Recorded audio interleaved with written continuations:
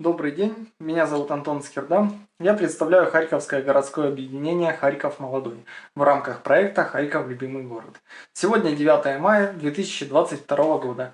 Мы находимся в городе Харькове в квартире респондента.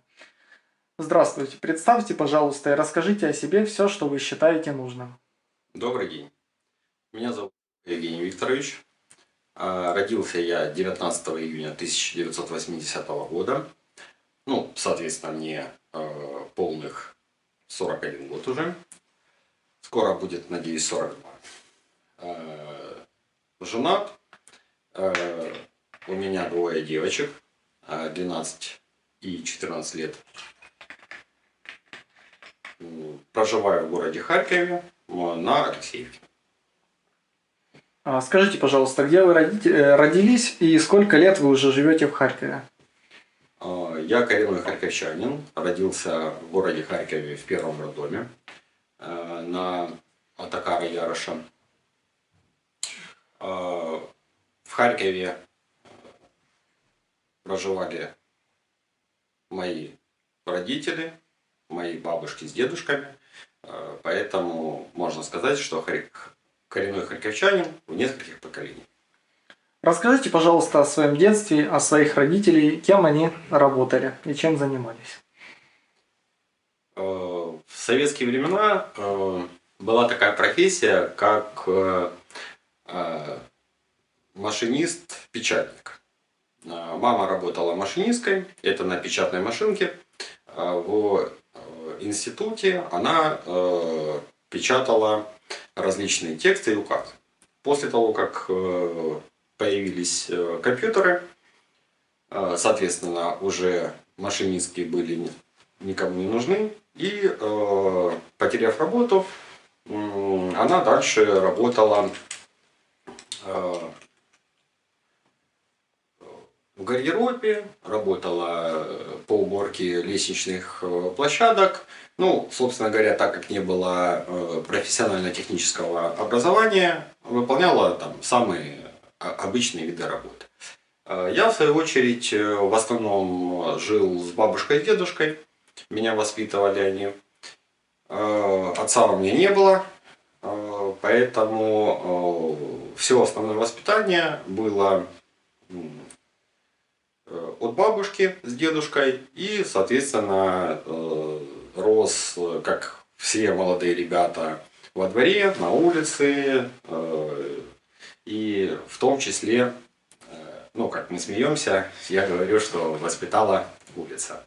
Ну, это не совсем так, но если мы берем постсоветский период, это там 90-е годы, когда я уже был относительно не совсем маленьким, но еще и не зрелым человеком, мы, при том, что не было компьютеров, не было телефонов, в детстве играли войнушки, как все советские дети.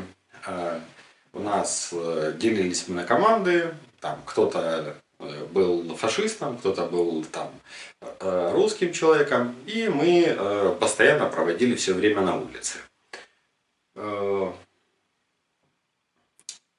Закончил я в 1997 году Харьковскую академическую гимназию. У нас это была профильная гимназия, где уже в те времена делились различные классы по различным направлениям. С 11 лет я занимался археологией, поэтому я пошел в исторический класс. Занимался историей, постоянно выступал на олимпиадах, был 6 лет подряд действительным членом Малой академии наук. Были у меня и научные статьи, и публикации, и в том числе выступал на различных конференциях. После этого, после окончания академической гимназии, я поступил в Харьковский национальный университет имени Каразина на исторический факультет. Правда, поступил не с первого раза. При том, что занимался историей и археологией, на первый год поступления не хватило баллов, потому что не смог написать диктант, ну, украинский диктант. После окончания вуза, ну, соответственно, работал, даже не после окончания вуза, когда мне было 22 года, это я был на 4-м курсе, я открыл строительную фирму, так как подрабатывал там с 1-го курса в рамках там строительных бригад, ремонтировал квартиры. И так как было понимание небольшое в строительстве, и не нужно было вкладывать большие деньги в новый бизнес, так как их не было, соответственно, открыл строительную фирму. И потихонечку начал развиваться, там строил в городе Харькове определенные там здания инфраструктур, делали ремонты в квартирах, и в том числе ремонтировал 4-й и 5-й этажи своего родного университета. Ну вот по детству, наверное, так в 2 словах все. Расскажите, пожалуйста, о своей семье в настоящее время. В настоящее время я женат, у меня жена кандидат исторических наук. Познакомились мы с ней в университете, она училась на курс младше, чем я. Так, женились мы в 2003 году. И получается,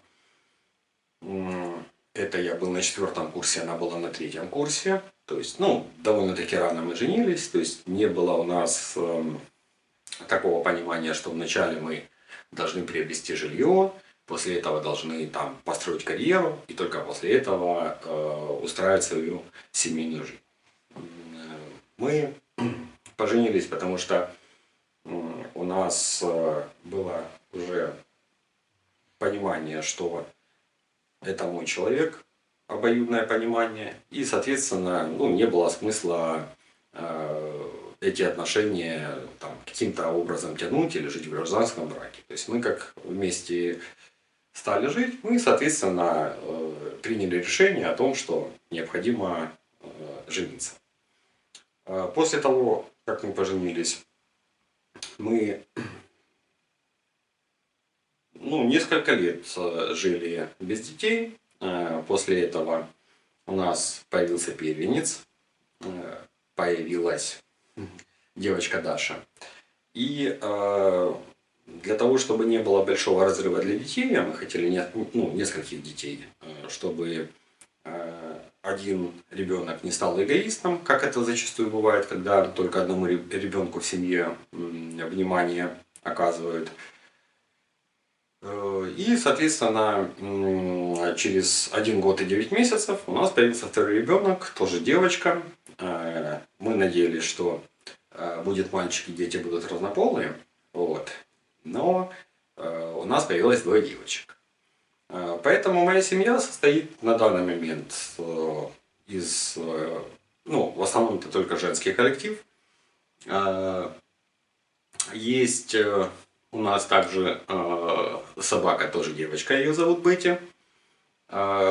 И вот получается, что семья у нас состоит в основном из женского коллектива. Скажите, пожалуйста, на каком языке вы разговариваете в повседневной жизни? Смотрите телевизионные программы и какие книги читаете? Ну, скажу так, мы проживаем в городе Харькове. Я русскоязычный украинец. 99,9% без уменьшения, я вам скажу, в Харькове разговаривают только на русском языке. Если мы в городе Харькове слышим речь украинской мовы, это значит Харьков город студентов, что приехали студенты из Западной Украины или с Полтавы или ну, с областных центров, и тогда можно услышать в городе Харькове на украинском языке речь. В основном все харьковчане всегда поголовно разговаривают только на русском языке. Если мы берем, опять-таки, историю, почему так получилось, Харьковская губерния в Российской империи. И вплоть до 1945 года, это по окончанию Второй мировой войны, в Харькове в основном больше 80% в Харьковской области, больше 80% разговаривало на украинском языке. Сам Харьков, так как он был центром культурным, было довольно-таки много учебных заведений. Был университет, первый, который был создан на территории Украины. Не берем Львовский университет, в то время еще Львов не входил в состав Российской империи, то Харьков, большая часть Харьковской области, разговаривала на украинскую мову. И впоследствии политики Советского Союза по деукраинизации русских областей и городов, мы имеем в виду, что был голод 1933 года, голодомор, была Великая Отечественная война. Так, для примера, население города Харькова по состоянию на 1939-1940 год насчитывало порядка 900 тысяч человек, в области проживало порядка 2,5 миллионов человек.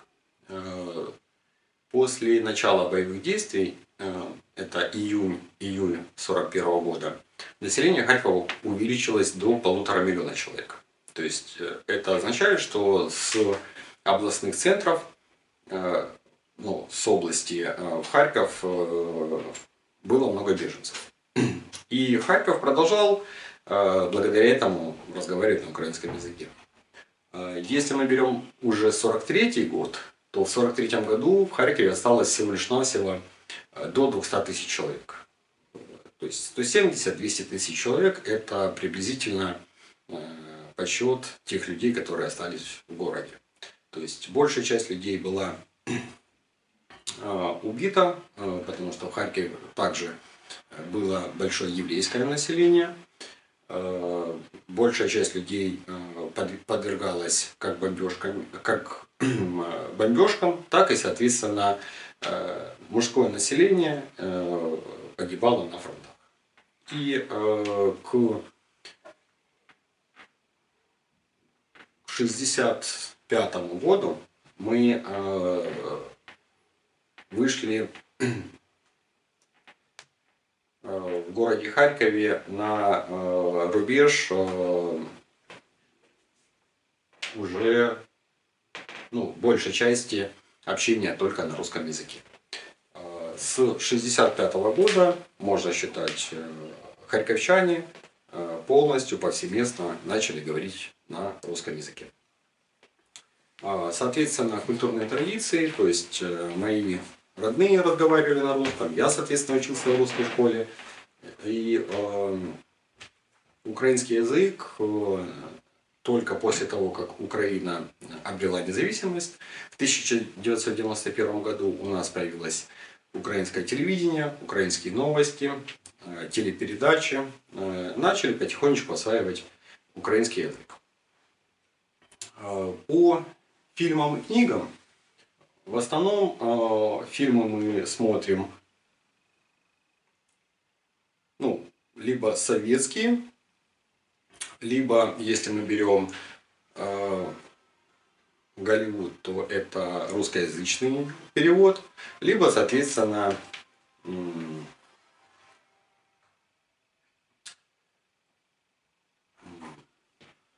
в любом случае, большая часть это русскоязычный перевод. По книгам то же самое. Книги, ну, на украинском языке, скажу вам так, прочитал или одну, или две книги всего лишь. В основном книги это классика, то же самое в русском переводе. Вот таким образом. Скажите, пожалуйста, как для вас прошел 2021 год? 2021 год в основном ничем не отличался от 2020 года, там, 2019 года. Это года, где повседневно мы работаем, отдыхаем. В Украине очень много праздников. В праздничные дни мы отдыхаем, в рабочие дни выполняем какие-то определенные повседневные рабочие операции. Есть традиция, ну, в основном года считают не по Новому году, а по событиям, которые откладываются в памяти. Это каждый год на протяжении уже более 15 лет мы ходим в баню. Каждое воскресенье. Сезон у нас начинается с сентября и заканчивается, ну, в основном в мае. Поэтому можно года считать по банным сезонам. В прошлом году, в 2021 году, соответственно, у нас был 15-й банный сезон. По нему мы ориентируемся, как мы проживаем зиму. То есть всю неделю мы работаем и ожидаем с нетерпением воскресенья для того, чтобы пойти в баню. После того, как банный сезон у нас заканчивается, мы на протяжении уже 6 лет, каждый год на майские праздники, ходим на байдарках. То есть у нас есть совсем замечательная компания людей, с которыми идем в поход на 3-4 дня. И, соответственно, таким образом проводим майские праздники. Дальше летом у нас идут будние дни, это работа. Выходные дни, ну, каждые выходные стараемся куда-то выехать. Это либо на рыбалке, либо, так как с детства занимался археологией, стараемся каждый год посещать археологические экспедиции. В прошлом году у нас совсем было много посещений археологических экспедиций. Каждый год мы ездили в Верхний Салтов. В прошлом году мы также посетили Бельское городище, с которого я начинал свою археологическую учебу. Вот. И было очень приятно вспомнить, побывать в тех местах, в которых уже очень давно не был. Ну, осень это уже, можно сказать, конец лета, поэтому настроение осенью не всегда хорошее, потому что пасмурные дни, соответственно, пасмурное настроение. Ну и ожидаем ноября для того, чтобы открыть следующий банный сезон. В этом году мы его открыли, но, к сожалению, мы его не завершили. Ну вот, в 2 словах, таким образом прошел 2021 год. Расскажите, пожалуйста, что вы делали за день до начала войны, 23 февраля 2022 года? У нас довольно-таки много было панических настроений в феврале месяце. И 23 февраля позвонили мне мои хорошие друзья. Мы решили собраться в кафе, посидеть с ребятами и обсудить теоретическую возможность нападения на нас Российской Федерации. Мы встретились, как всегда, посидели, немножечко там пошутили, там немножечко там поужинали, выпили. Вот. И в рамках нашего обсуждения я всех убеждал о том, что не может Россия начать полномасштабное наступление на Украину, потому что это невозможно, и в это никто не верил. Братский народ, удар в спину, но это был нонсенс, потому что настолько большие тесные культурные связи Украины и России, что наступление на город Харьков или на другие области просто исключались. И, соответственно, обсудили момент технической возможности, что в современном мире ядерная война невозможна. Таким же образом обсудили, что если наступают танками, то средний срок жизни любого танка на поле боя на данный момент не более 3-5 минут. И пришли к выводу, что наступление просто невозможно. Это просто паника для того, чтобы каким-то образом расшатать политическую ситуацию в Украине. Посидели, хорошо пообщались с ребятами, высказали каждое свое мнение. Таким образом провели 23 февраля. А скажите, пожалуйста, есть ли у вас традиция отмечать 23 февраля День Советской Армии, либо, как его у нас уже принято считать, Днем мужчин? И отмечали ли вы его в этом году? Да, мы собрались с ребятами, собрались просто поговорить, то есть это не было специальной встречей для того, чтобы отметить 23 февраля. У нас в семье нет традиции отмечать 23 февраля как День вооруженных сил Советского Союза. Всегда еще с моего детства, детство проходило частично в Советском Союзе, 23 февраля для нас был днем альтернативой 8 марта. То есть мы всегда говорили, каким образом. Вот есть День девочек, 8 марта. А Дня мужчин не существует. Поэтому в садике, в школе у нас было такое понятие, что это День мужчин, а не День вооруженных сил. Может быть, в семьях военных отмечали 23 февраля именно как День вооруженных сил. У нас все-таки больше этот праздник был просто как День мужчин, и в этот день девочки поздравляли мальчиков. И было довольно-таки, когда учились в школе, довольно-таки смешно, когда девочка, не получив на 8 марта какой-то подарок или цветы, получала ответ следующий: а ты ж мне на 23 февраля не поздравил? И таким образом, здесь соревнования у нас проходили каким образом? То есть, чем лучше девочка поздравит мальчика 23 февраля, тем, соответственно, мальчик уже будет должен определенной девушке подарить какой-то хороший подарок. И таким образом было соревнование между 23 февраля и 8 марта.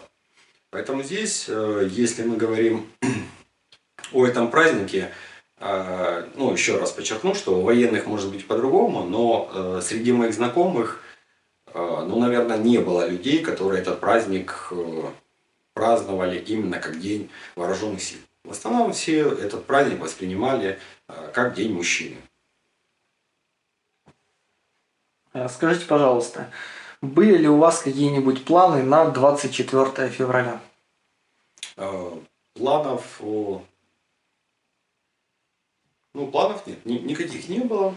То есть был обычный рабочий день, соответственно, должны были утром проснуться, соответственно, выполнять какие-то определенные функции по работе и по ведению быта. Не более того. Скажите, пожалуйста, как вы узнали о том, что началась война, и как вы восприняли это известие? Ну, как я говорил, что мы с ребятами довольно-таки допоздна посидели 23 февраля. Э, Пришли домой, так как довольно-таки поздно лег спать.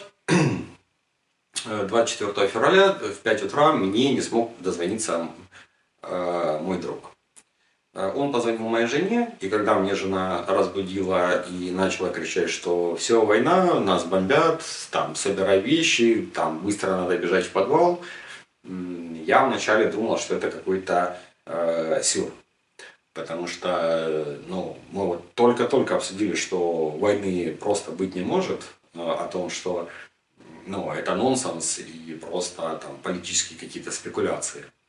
А тут вот такое известие. Я потихоньку проснулся. Ну, процесс просыпания в моем случае происходит довольно-таки долго. Вот, поэтому проснулся, встал, вышел на балкон. Сирен никаких не было. То есть обычно, когда ну, начинаются какие-то там бомбежки, либо военные действия, должны быть сирены. Мы уже позже узнали о том, что в Харькове есть хорошие коррумпированные люди, которые перед войной должны были отремонтировать полностью все системы оповещения людей, воздушной тревоги, сирены. И, соответственно, я так понимаю, деньги разворовали, а сирены, ну вот у нас уже идет 3-й месяц войны, сирены так в городе и не работают. У нас на весь город, по-моему, работает там только одна сирена в центре и все. А информации, наказали этих людей или не наказали, тоже нигде нет. Вот интересно будет узнать после войны судьбу этих людей, которые деньги украли, а сирены так и не запустили. И за 3 месяца их так и никто и не отремонтировал. Ну, не отремонтировал, тоже очень странно. И вот, выйдя на балкон, не услышал никаких сирен.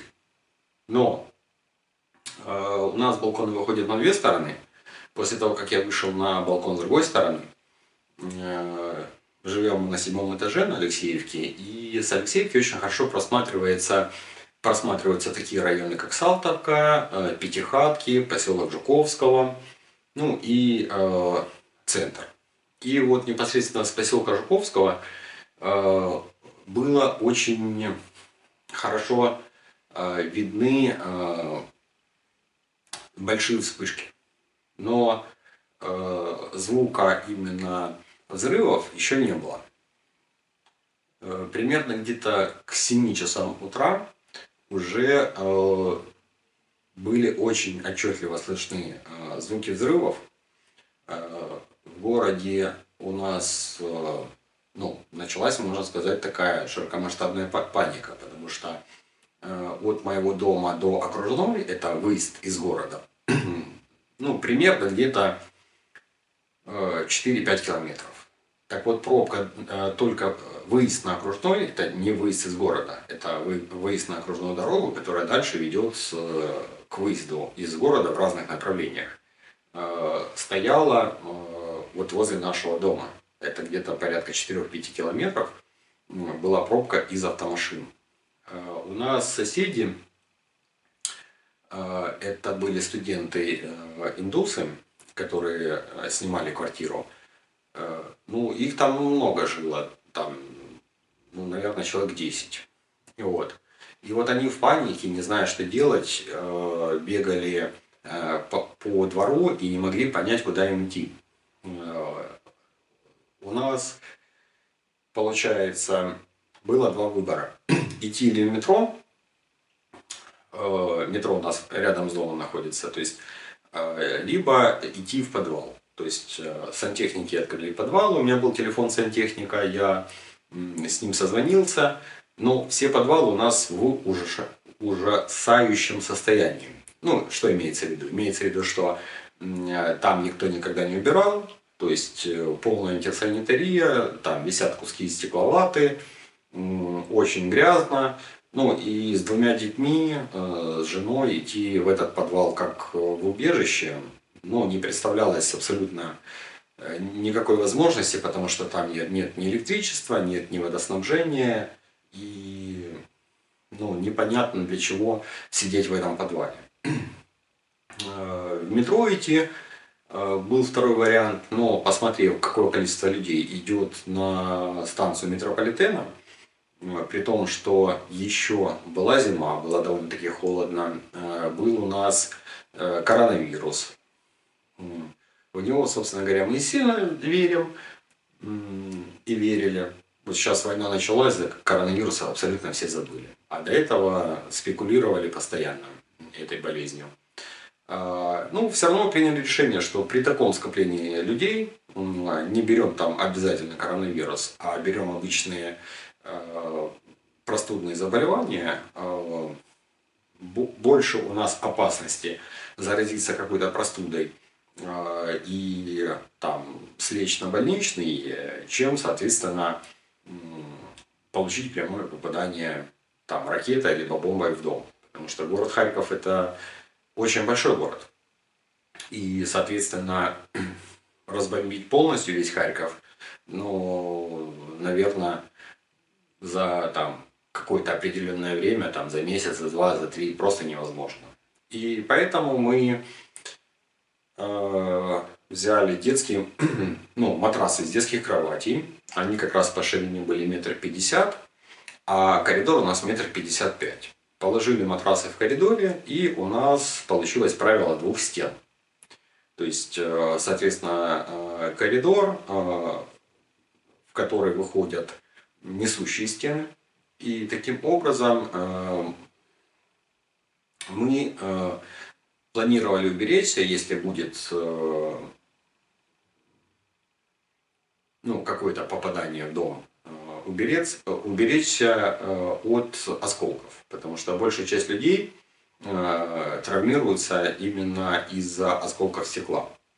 Также, соответственно, взяли скотч, скотчем заклеили окна, для того, чтобы, если взрывной волной выбьет стекло, там в балконной раме, либо в окне, это стекло не рассыпалось и не летело по всей квартире, а скотч таким образом бы предохранял, и просто там стекла могли вываливаться большими кусками и не дробиться на мелкие кусочки, которые могут повредить человека.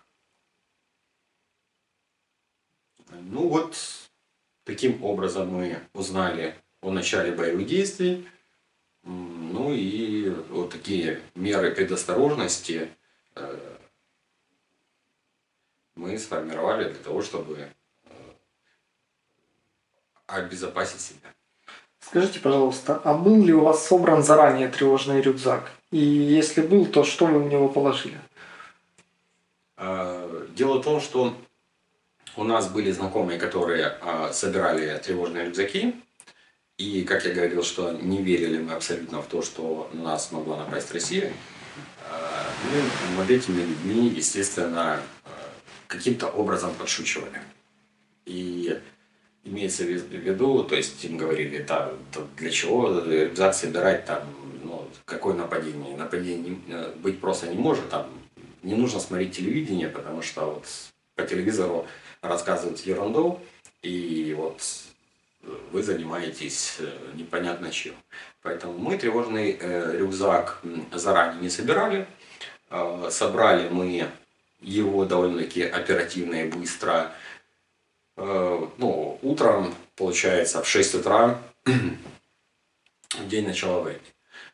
Положили туда документы, положили туда, так как это была зима, было довольно-таки еще холодно, положили теплые вещи.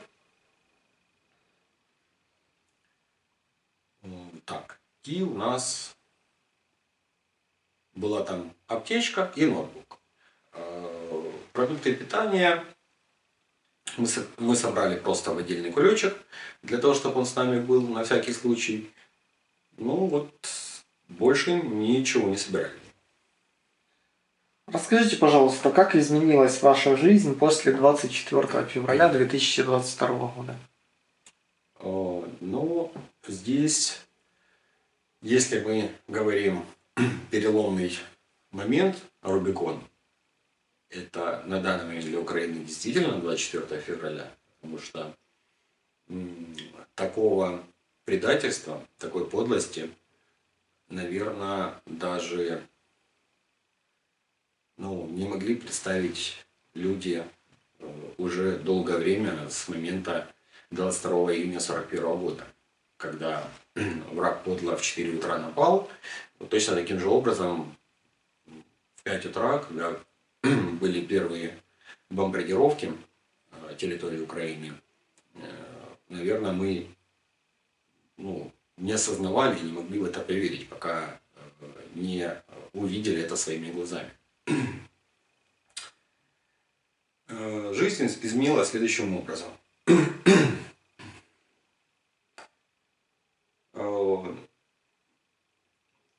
Мы, получается, после того, как началась война, все начали смотреть телеграм-каналы. Потому что в первый день войны у нас сразу же пропал интернет. Интернета у нас дома не было, был только мобильный интернет. Соответственно, мы смотрели телеграм-каналы, что происходит, как наступают.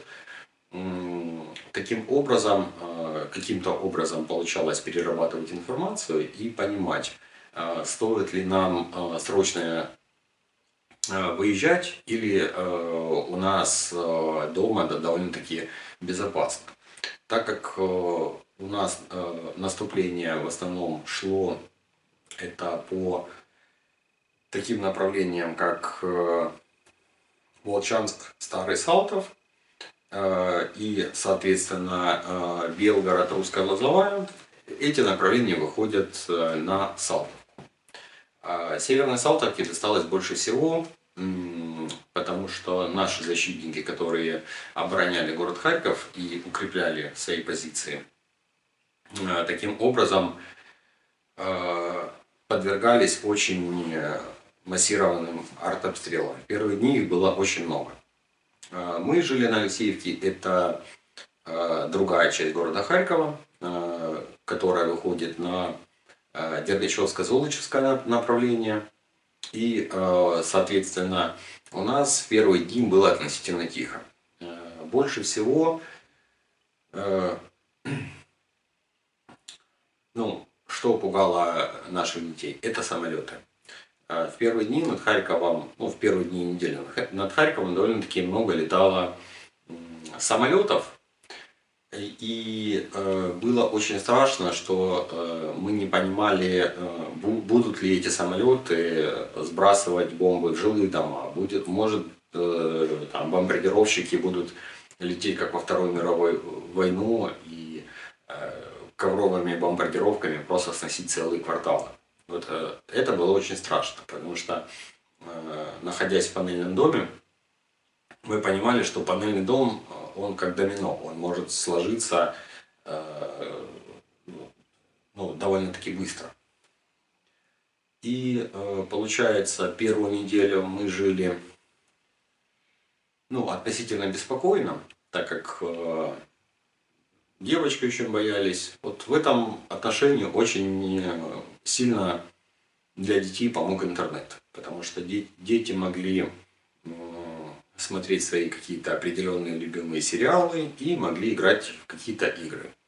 То есть они были больше отвлечены от того, что происходит за окном, потому что их поглощала виртуальная реальность, в которой они находились. Я, в свою очередь, все это время прожил на балконах, потому что с балкона я слышал, что куда летит и что откуда прилетает. И примерно мог понимать степень опасности, в которой мы находимся. И вот это получается 2 марта. У нас был очень большой прилет в соседний двор. Было очень громко, загорелась машина, в доме повыбивало окна, начался пожар. И когда в соседний двор прилетает, при том, что дворы у нас не очень большие, и очень большое эхо из-за этого происходит, из-за того, что от домов отражается звук и, соответственно, взрывная волна. Очень сильно испугались мои дети и очень сильно испугалась моя жена. И также у нас был нанесен авиаудар очень мощный, ну, дом даже задрожал. Это рядом с нами находится телевизионная вышка Харьковская. Она находится довольно-таки далеко, то есть это примерно где-то 2,5-3 километра. Но удар был такой разрушительной силы, что окна в доме и сам дом дрожал.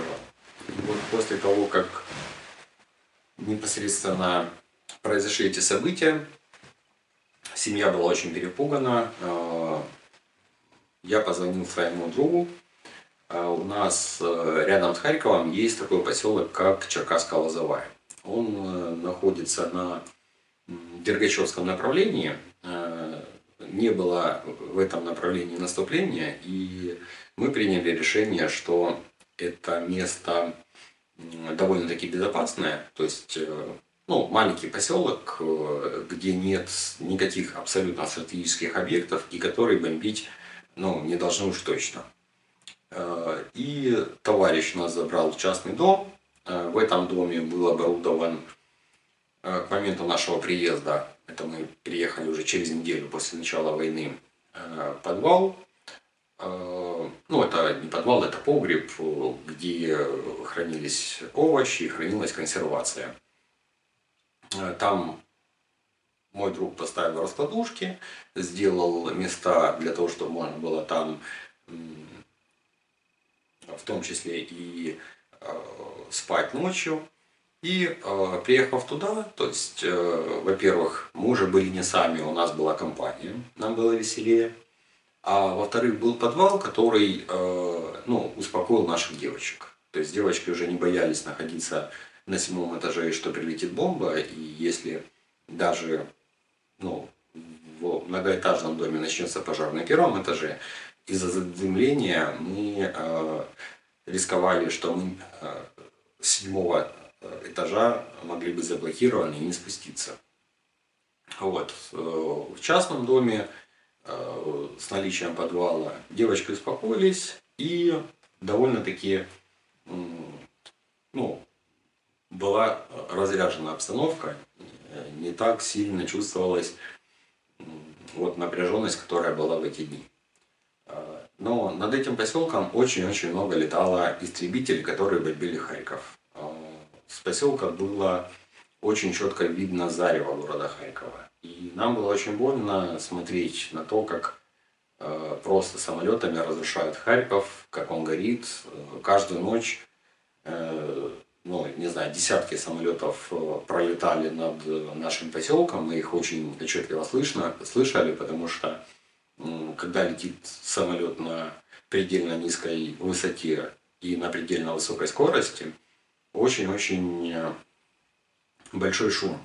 И этот шум, ну, он пугал, но мы понимали, что наша опасность заключается только в том, что если наше ПВО собьет самолет, то самолет может упасть на этот поселок. На поселок бомбы не скидывали, ну, потому что это было нецелесообразно. В этом поселке только частные дома и никакой инфраструктуры нет. Дальше у нас начали события развиваться еще более сложнее, то есть пошли авиаудары по всему городу Харькову. Ну, точно так же, как самолеты бомбили Харьков, на расстояние артиллерийских обстрелов российские войска продвинулись по многим направлениям. И с артиллерии, с градов и других систем начали уже полномасштабно обстрелять город Харьков. Таким образом, было принято решение собрать наших девочек и отправить их на Западную Украину. Здесь мы очень столкнулись с проблемой, что девочки очень не хотели ехать без нас. И, соответственно, говорили о том, что мы договаривались быть все вместе, что мы не разлучимся, и, соответственно, была большая проблема их туда отправить. Ну вот, по этому вопросу в двух словах примерно вот таким образом происходило. Скажите, пожалуйста, как изменился ваш распорядок дня в условиях войны и чем вы обычно занимаетесь? Распорядок дня очень сильно изменился с тем, что когда живешь вместе с семьей, обязанности распределяются внутри семьи. Имеется в виду, что утром погулять с собакой могла жена, днем дети, вечером мы могли все вместе выйти. То сейчас все эти обязанности легли только на меня. Получается, продолжение прошлого вопроса, как изменилась жизнь. На данный момент остался сам, то есть семья выехала. Частичка моей семьи, которая осталась, это осталась собачка. За собачкой необходимо постоянный уход, то есть это обязательные прогулки для того, чтобы она могла сходить в туалет, подышать свежим воздухом. И, соответственно, в начале войны очень большая проблема была – это наличие корма. То есть ни в одном магазине корма абсолютно не было. И, соответственно, кормить собаку было очень сложно.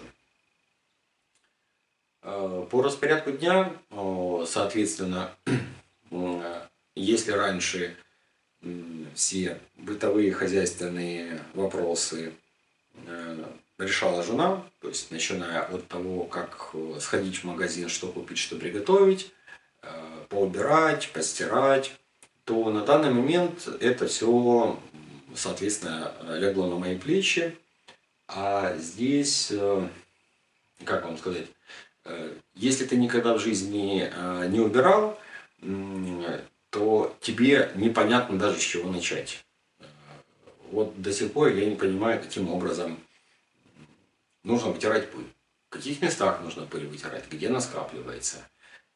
Поэтому, если мы берем за даже самые обычные бытовые моменты, они, первое, отнимают довольно-таки много времени, потому что не набита рука, не понимаешь, как это делать.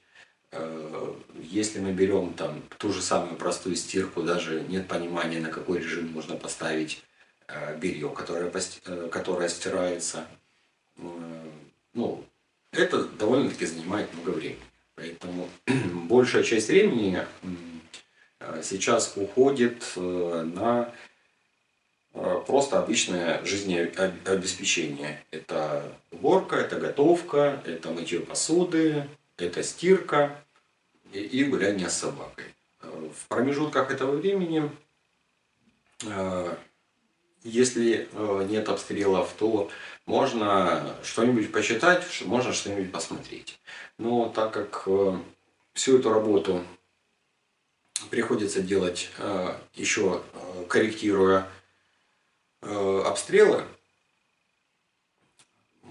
то на это уходит довольно-таки много времени.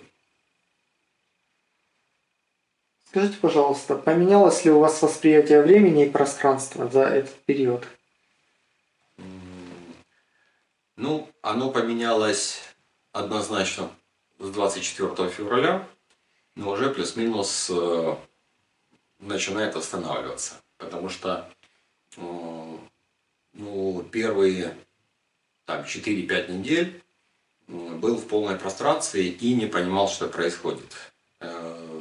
Получается, между бомбежками, между тем, как выполняешь какие-то определенные функции, проходит довольно-таки много времени, и дни катятся день за днем.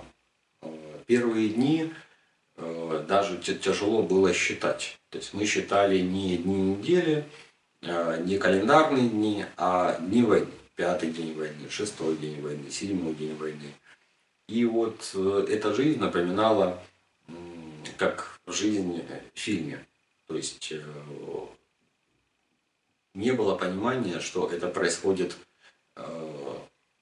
вот здесь, сегодня, на нашей земле. В основном все эти дни, они были настолько одинаковыми, что они проходили, и не было различия между этими днями.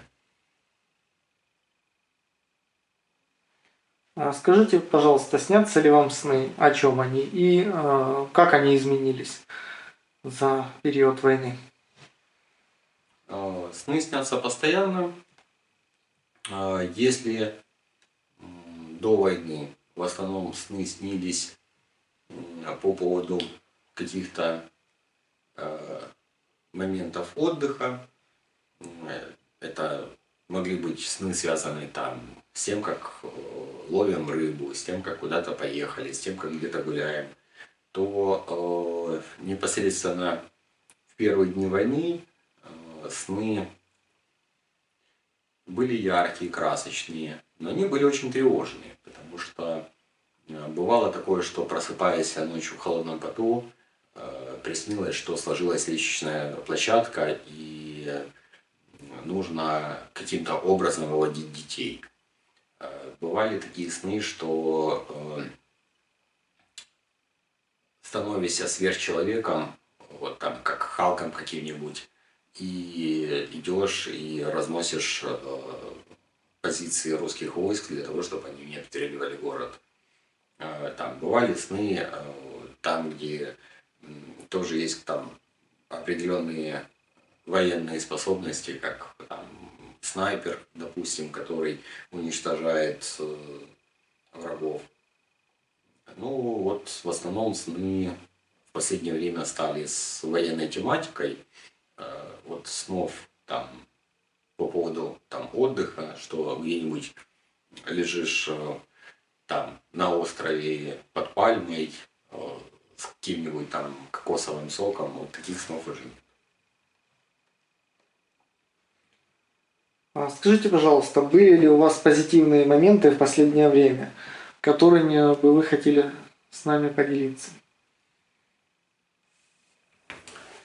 Вот тут по поводу позитивных моментов, наверное, их тяжело сейчас каким-то образом вычленять из этой рутинной жизни, которая сейчас происходит. Потому что вот какой-то такой радости особо большой не было.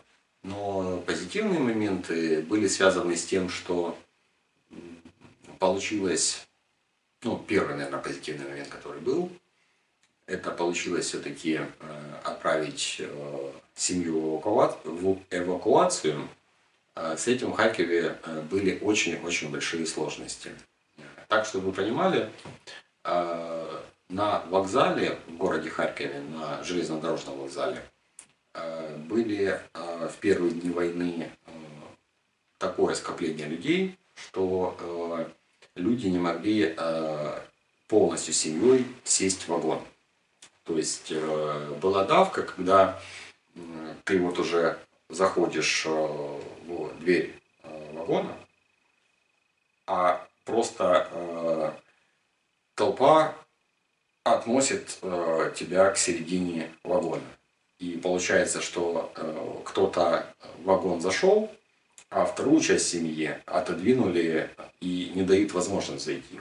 И вот с этим были связаны очень большие опасения. То есть в поездах люди ехали стоя, люди ехали в проходах, люди ехали на ступеньках. И, соответственно, мы понимаем, что когда есть дети,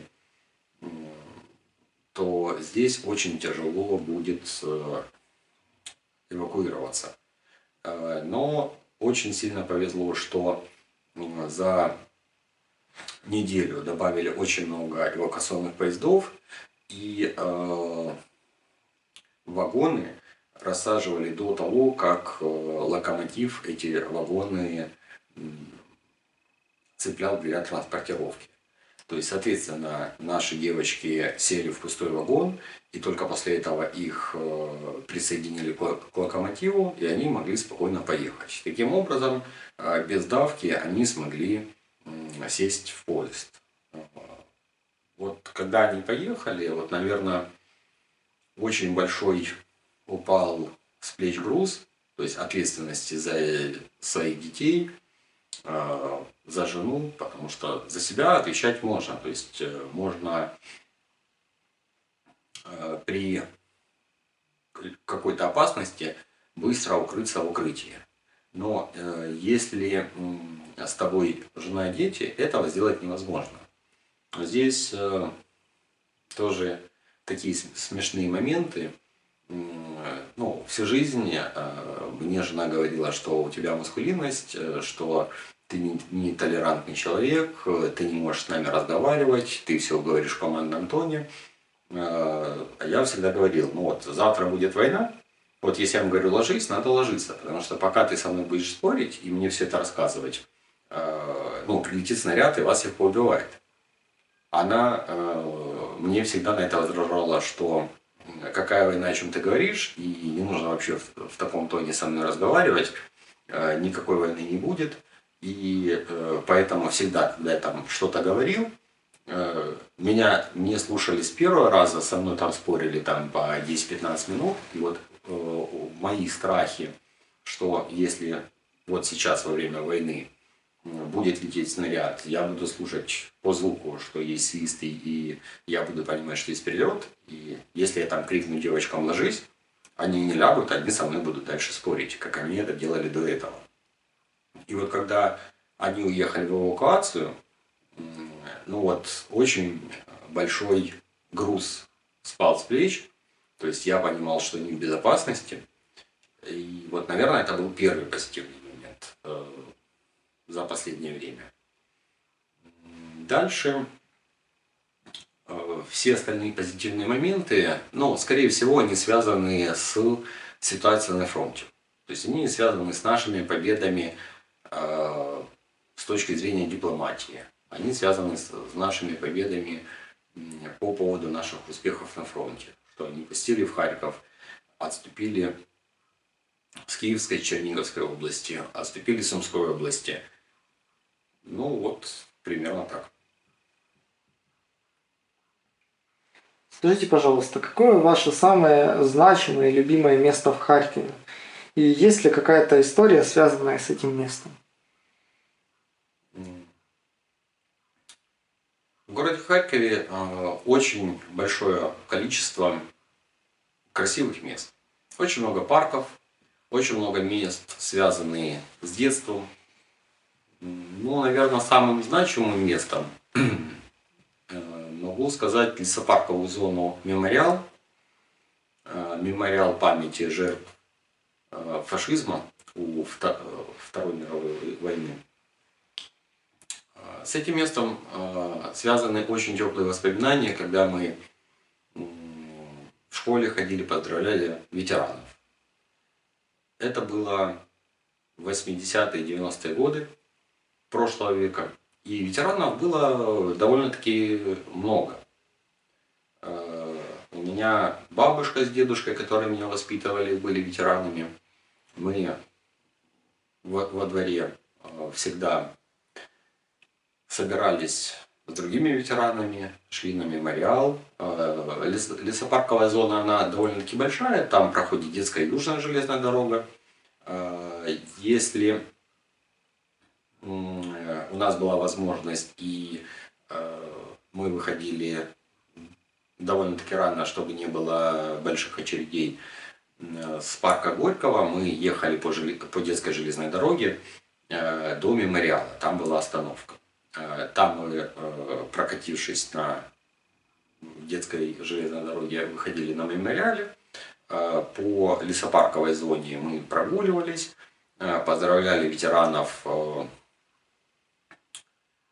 вручали им цветочки, разговаривали. Я очень много слушал истории, как рассказывали ветераны, как они воевали, восстанавливали город Харьков. И таким образом вот было настоящее понимание праздника. Единственное, что в этом месте мне всегда не нравилась яма, которая была залита красными прожекторами, что символизировало яму, где расстреливали людей. Вот мне всегда вот эта часть мемориала была не по душе, потому что вот было страшно и было непонятно, как же ж так, как людей могли в яме расселять, и как яма могла полностью заполниться кровью. Вот, я этого в детстве никогда не понимал. И после того, как я уже вырос, у меня появилась семья, у меня появились дети, мы каждый год красиво одевались и шли на мемориал с нашими детьми. Уже осталось довольно-таки мало ветеранов, и мы покупали детям цветы, и наши дети, видя ветеранов, их обязательно поздравляли с Днем Победы, дарили им цветочки. И таким образом мы проводили в этом месте свой день. Также вот в моем детстве мы каждый год варили полевые каши в лесопарковой зоне.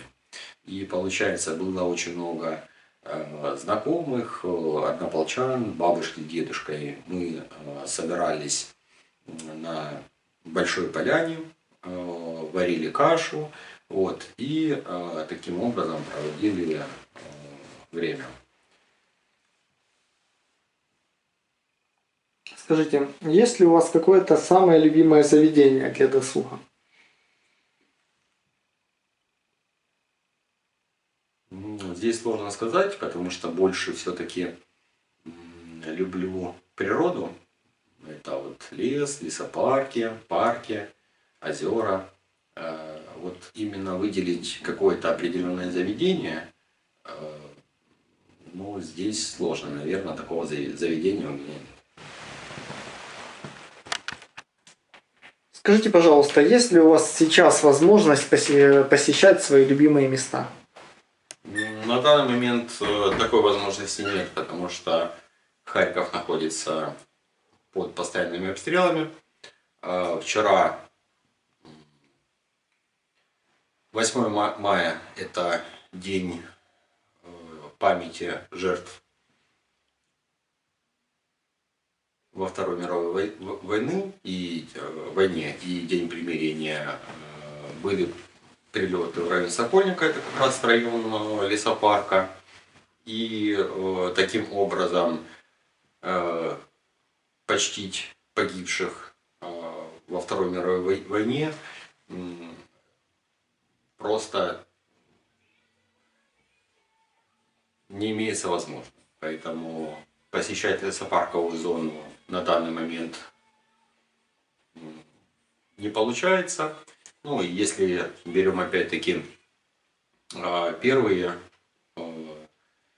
недели войны, то через лесопарковую зону был как раз прорыв первых групп российских военных, которые с Алтовки через лесопарк пытались прорваться к центру Харькова. И там шли довольно-таки большие бои, было разбито много техники, и, соответственно, также есть большая опасность, что эти диверсионные группы поставили растяжки и заминировали эту местность. Сейчас на данный момент, так как нет разрешения от властей посещать лесопарковую зону, мы не можем быть уверены, что там вся эта местность разминирована. Скажите, пожалуйста, какой у вас самый любимый праздник и где вы его обычно празднуете? Самый мой любимый праздник – это 9 мая всегда был. С сегодняшнего года я думаю, что это будет День Победы. Ну, самым любимым праздником станет не День Победы над фашистской Германией, а самым любимым праздником будет тоже День Победы, но День Победы над русскими захватчиками.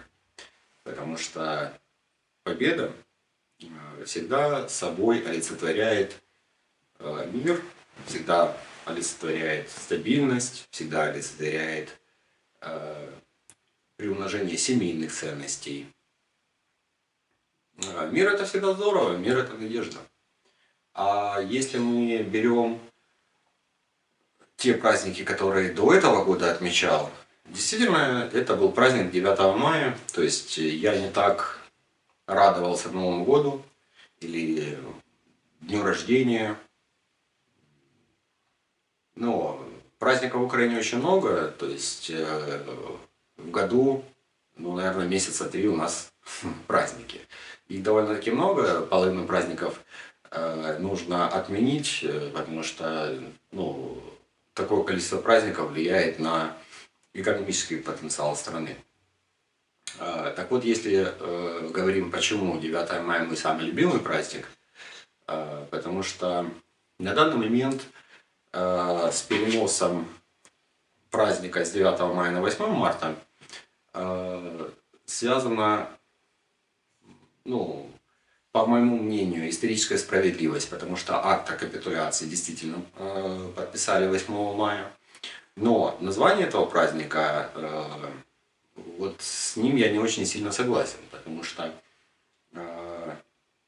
праздник, День памяти и примирения, он разбит на две части. То есть память жертв нацизма во Второй мировой войне и примирение с теми людьми, которые, ну, с которыми, ну, даже не людьми, а примирение с теми потомками тех людей, которые воевали против нас, но имеется в виду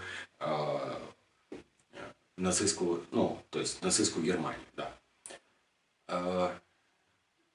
Забыли в этом празднике, по моему мнению, 8 мая о людях, которые остались живы. Потому что память жертв – это отлично. Но те люди, которые были в оккупациях, те, которые пекли хлеб, изготавливали снаряды, шили солдатам одежду, выращивали зерно, работали по снабжению армии. Раз они не стали жертвами и не умерли, мы не должны о них помнить. Вот есть вопрос. День Победы, лаконичное название, Победа, прежде всего олицетворяет, опять-таки говорю, мир, надежду, будущее. И когда после войны люди, которые пережили эту войну, которые терпели очень много лишений и невзгод, восстанавливали из руин страну, при этом многие из них во время войны не доедали, не получали, соответственно, образование, не получали здоровый сон, отдых, питание. Они ущемляли себя почти во всем. И когда мы говорим День Победы, я всегда думал, что День Победы – это будущее без войны. Это прежде всего праздник тех людей, которые остались живы. Естественно, память и скорбь о тех десятках миллионов, которые погибли, она есть. Но все равно праздник ассоциировался с людьми, которые остались живы и которые дальше живут для того, чтобы не повторилась война. И вот в сегодняшних реалиях, к сожалению, этот праздник утратил свою большую значимость для меня, как это было раньше. Ранее мы обязательно ходили с детьми Мы поздравляли ветеранов. Ветеранов было еще довольно-таки много. И мы говорили им большое спасибо за то, что они прежде всего выжили. И праздник означал мирное небо над головой.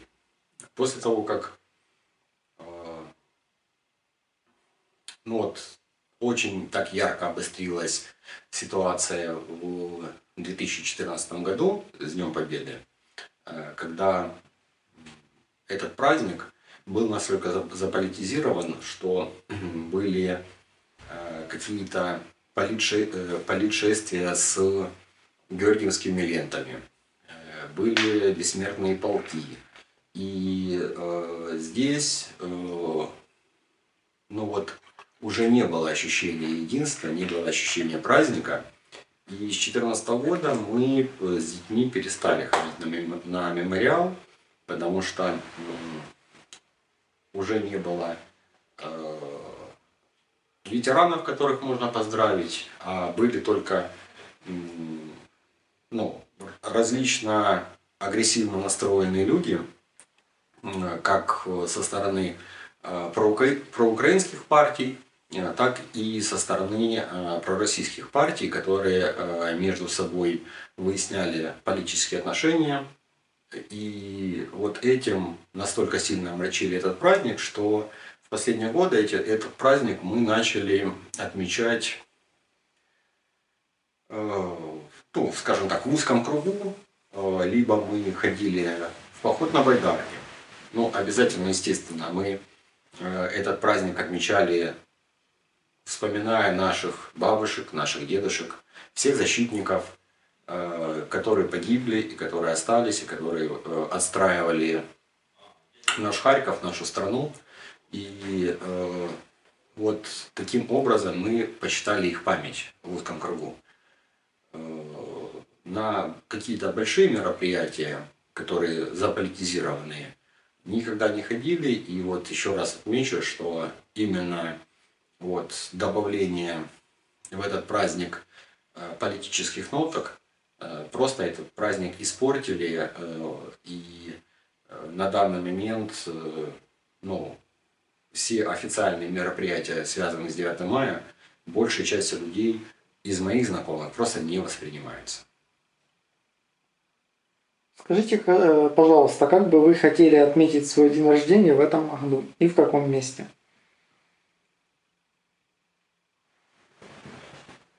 День рождения у меня 19 июня. Хотел бы его отметить прежде всего в мирной стране. Имеется в виду не выехать куда-то, а чтобы к этому моменту завершилась так называемая спецоперация. На самом деле это убийственная война против украинского народа. И отметить его хотел обязательно в кругу семьи. Потому что уже 3-й месяц я не вижу своих девочек. Я очень сильно за ними скучаю. И не представляю, как можно отмечать день рождения, находясь вдали друг от друга. Я думаю, что если этот день рождения будет проходить условно в одиночестве и в условиях войны, я думаю, что он не принесет никакой радости и никакого удовольствия.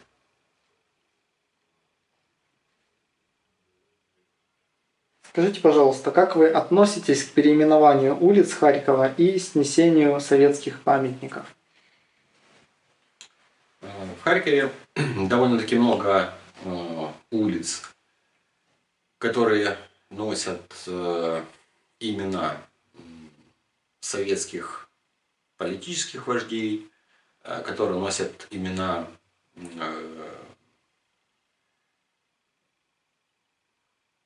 военачальников, которые носят имена известных русских классиков, поэтов, ученых. Но здесь, опять-таки, что не нужно забывать. У нас, к сожалению, большая часть людей, которая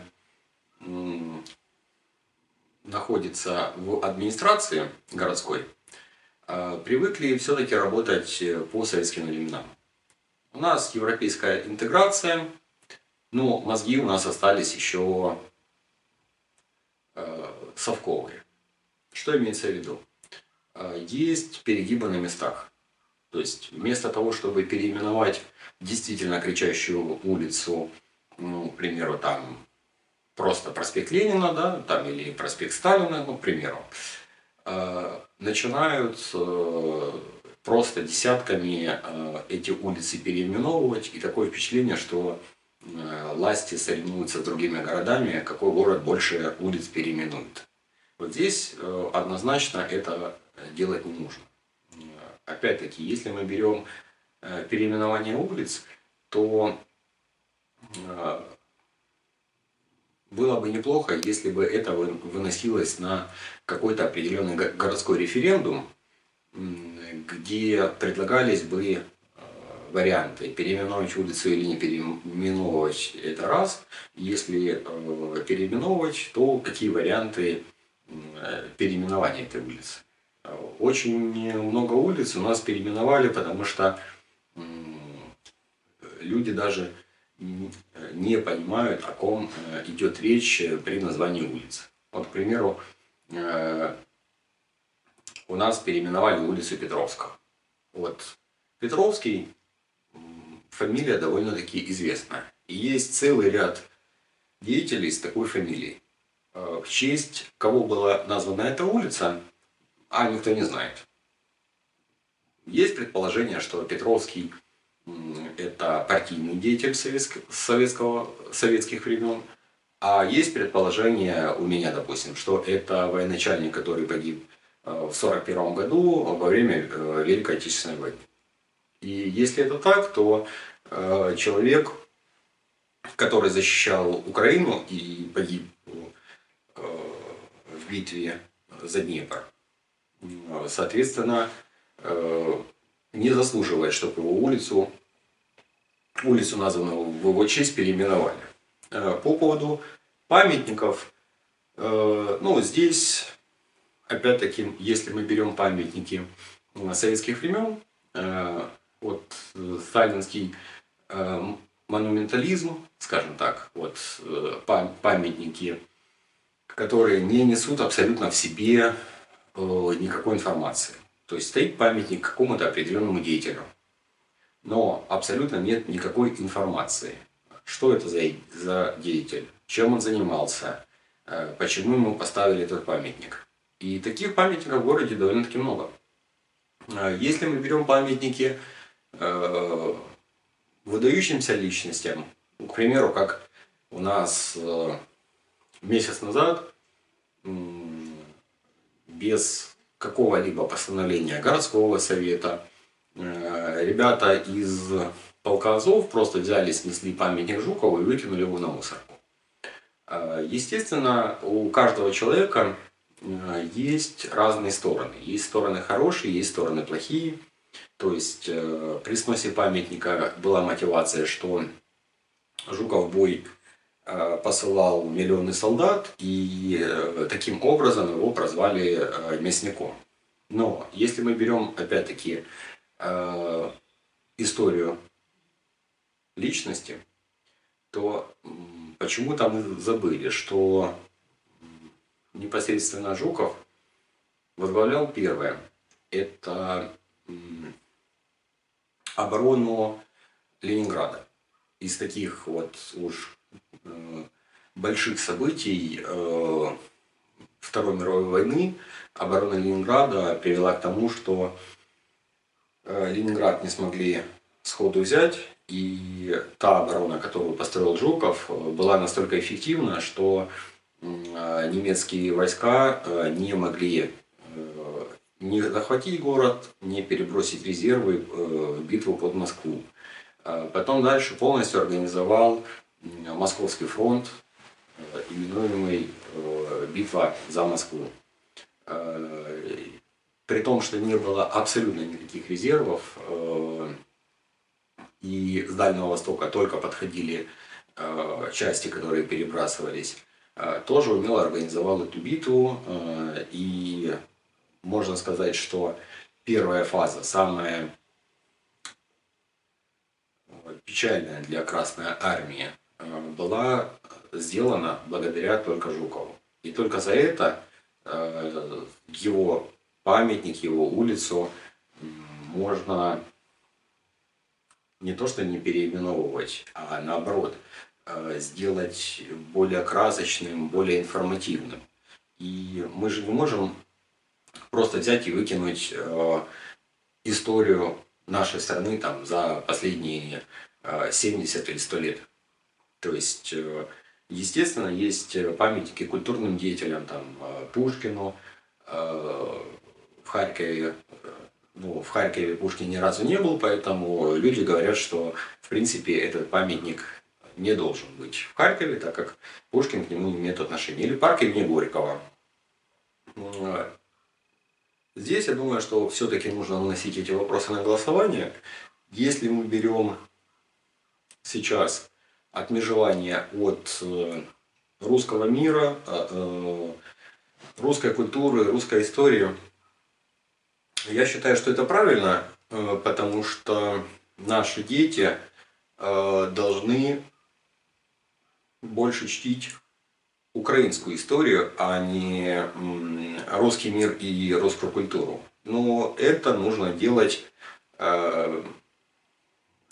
выборочно, а не просто сносить абсолютно все, что связано с Россией, с русским миром, так как у Харькова очень большие культурные традиции непосредственно с городами, с русскими городами. Скажите, пожалуйста, думали ли вы о переезде из Харькова в более безопасное место? Абсолютно не думал, не планировал, думал только о эвакуации семьи. С чем связано? Связано с тем, что если абсолютно все жители Харькова выйдут, а кто будет здесь работать, кто будет восстанавливать Харьков? То есть, если есть непосредственно какое-то дело, которым можно помочь людям в Харькове, то нужно оставаться, и нужно работать, нужно помогать. В первые недели войны мы были в Черкасской, в поселке Черкасская-Лозовая. У моего друга была дочка с внучкой, и была его мама, которые проживали в этом частном доме. И так как непосредственно у нас была очень большая ответственность за этих людей, мы не могли их бросить и куда-то уехать. Это первое. А второе, после того, как мы уже привыкли к обстрелам, мы уже начали понимать направление, откуда стреляют, когда наши стреляют, когда прилеты, мы уже более спокойно к этому отнеслись и, соответственно, начали в Харькове думать, каким образом помогать людям, каким образом улучшить жизнедеятельность Харькова и каким образом мы его будем в дальнейшем восстанавливать. Скажите, пожалуйста, вы уже упоминали о том, что ваша семья выехала. А остальные ваши близкие, такие как друзья, соседи, выехали или остались в городе?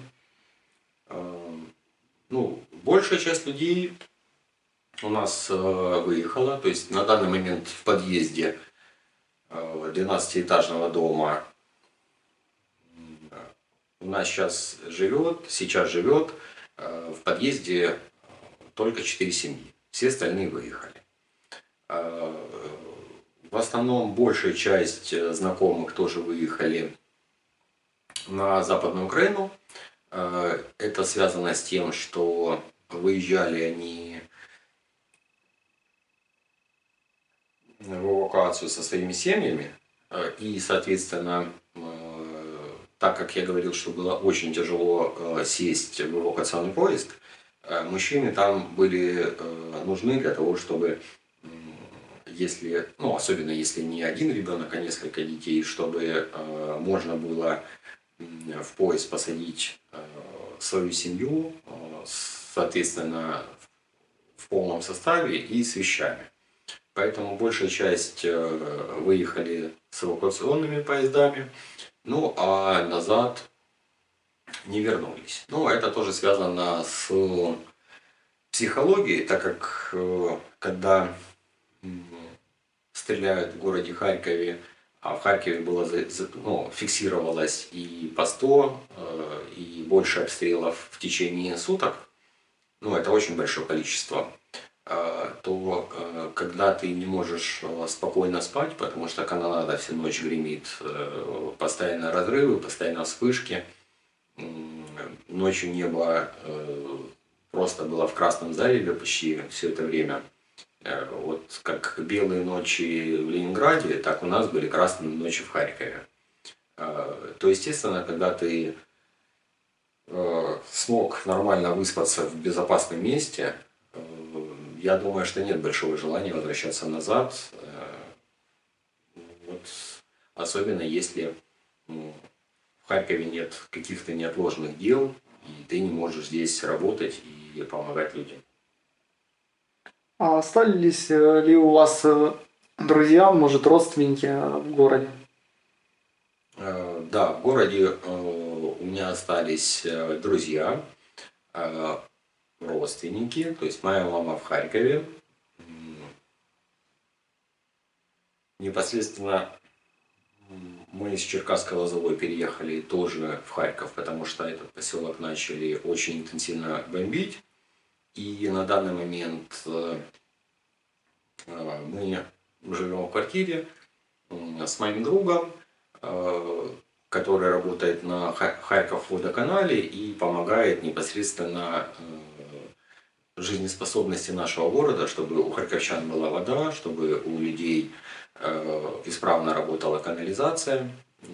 И еще один мой друг, который занимается волонтерством, который помогает людям, развозит гуманитарную помощь. Вот мы втроем скооперировались и живем вместе. То есть, ну, с чем это связано? Это связано с тем, что дом, в котором мы живем, относительно находится далеко от окружной дороги, и с точки зрения перелетов он в довольно-таки безопасном месте. За все время войны перелетов непосредственно вот в район дома не было, поэтому здесь пока нам повезло, но будем надеяться, что и дальше таким образом будет. Плюс возле дома сразу станция метро, поэтому если будет опасно, то можно очень оперативно спуститься в убежище метрополитена. Вот. Ну и втроем нам, естественно, веселее. То есть мы не по одному сидим дома и думаем о чем-то, а мы общаемся. А живое общение в такой критической ситуации, оно очень важно для того, чтобы не было депрессии и легче можно было переносить разлуку со своими любимыми вот таким образом. Скажите, пожалуйста, как вы коммуницируете со своими друзьями, родственниками, теми, кто выехал, и теми, кто остался в условиях войны? Все, кто остались, мы обязательно разговариваем при личной встрече. Вот. Так как мы вместе живем, у нас общение происходит ежеминутно. Те ребята, которые выехали, мы с ними поддерживаем связь в телефонном режиме, а семья выехала за рубеж, поэтому поначалу поддерживали разговор в телефонном режиме, а сейчас на данный момент коммуникация происходит через Telegram. То есть и видеоконтакт, то есть можно смотреть, как растут мои дети. можно смотреть, как они живут, как у них расцветает зелень. Точно таким же образом я им по видеоконференции показываю, как мы здесь живем, как наша собачка, как она гуляет, нюхает цветочки. Ну и, соответственно, таким образом больше тесно поддерживаем связь, когда есть видеоряд, чем просто в аудиорежиме.